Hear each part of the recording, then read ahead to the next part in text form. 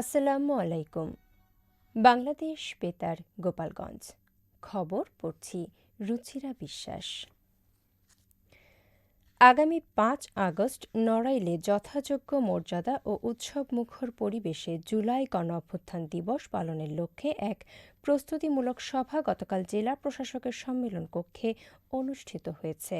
সভায় বক্তারা জুলাই গণঅভ্যুত্থানের চেতনাকে নতুন প্রজন্মের মাঝে ছড়িয়ে দেওয়ার উপর বিশেষ গুরুত্ব আরোপ করেন।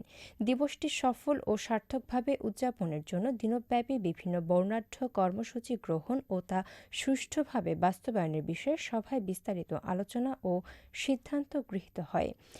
জেলা প্রশাসক ডক্টর মোহাম্মদ আব্দুল সালামের সভাপতিত্বে জেলা পরিষদের প্রশাসক বীর মুক্তিযোদ্ধা মোস্তাফিজুর রহমান আলেক, জেলা পরিষদের সিইও আসাদুজ্জামান, অতিরিক্ত জেলা ম্যাজিস্ট্রেট লিংকন বিশ্বাস, অতিরিক্ত জেলা প্রশাসক সার্বিক আহসান মাহমুদ রাসেল, প্রেস ক্লাবের সাধারণ সম্পাদক মাহবুবুর রশিদ লাবলু সহ বীর মুক্তিযোদ্ধা ও সুশীল সমাজের প্রতিনিধিগণ এ সময় উপস্থিত ছিলেন।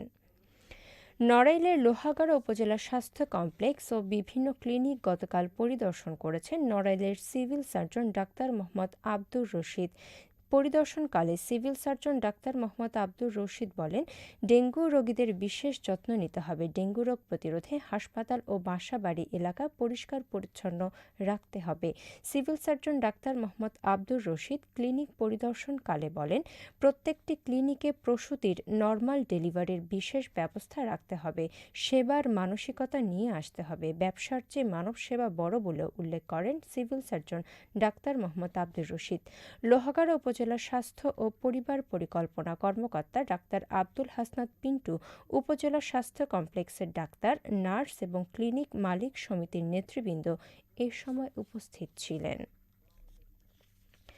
ফরিদপুরে ৫০,০০০ টাকা যৌতুকের দাবিতে স্ত্রীকে হাতুড়ি দিয়ে পিটিয়ে হত্যার দায়ে মোহাম্মদ লালন মোল্লা নামে এক ব্যক্তিকে যাবজ্জীবন কারাদণ্ড ও ২০,০০০ টাকা জরিমানা করেছে আদালত।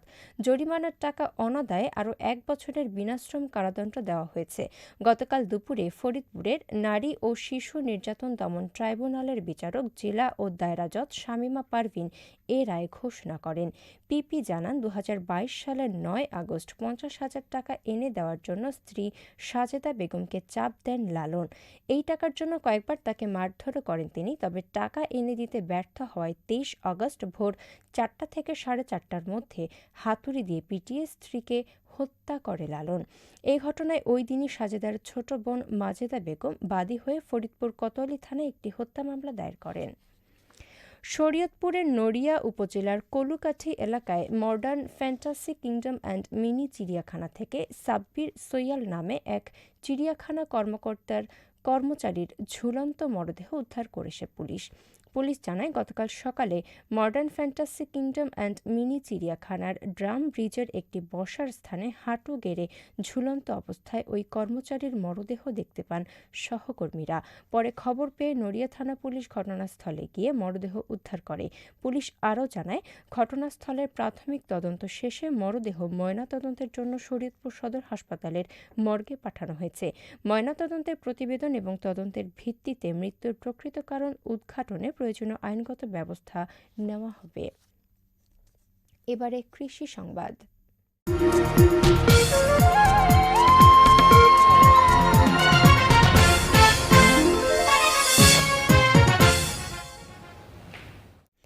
গোপালগঞ্জের সবজি গ্রাম হিসেবে পরিচিত সদর উপজেলার রঘুনাথপুরের কৃষকেরা ঘের পাড়ে করলা চাষে ব্যস্ত সময় পার করছেন।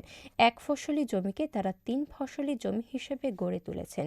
ঘেরে মাছ চাষের পাশাপাশি বড় মৌসুমে ধান চাষ করেন, আর বর্ষা মৌসুমে ঘের পাড়ে করেন করলা সহ নানা সবজির চাষ। শুধুমাত্র সদর উপজেলার রঘুনাথপুরে ৭ হেক্টর জমিতে এবছর করলা চাষ করেছেন কৃষক। আবহাওয়া ভালো থাকা এবং পোকামাকড়ের আক্রমণ না হওয়ায় করলার উৎপাদনও হয়েছে রেকর্ড পরিমাণ। কৃষকেরা দামও পাচ্ছে ভালো। সবশেষে আবহাওয়া।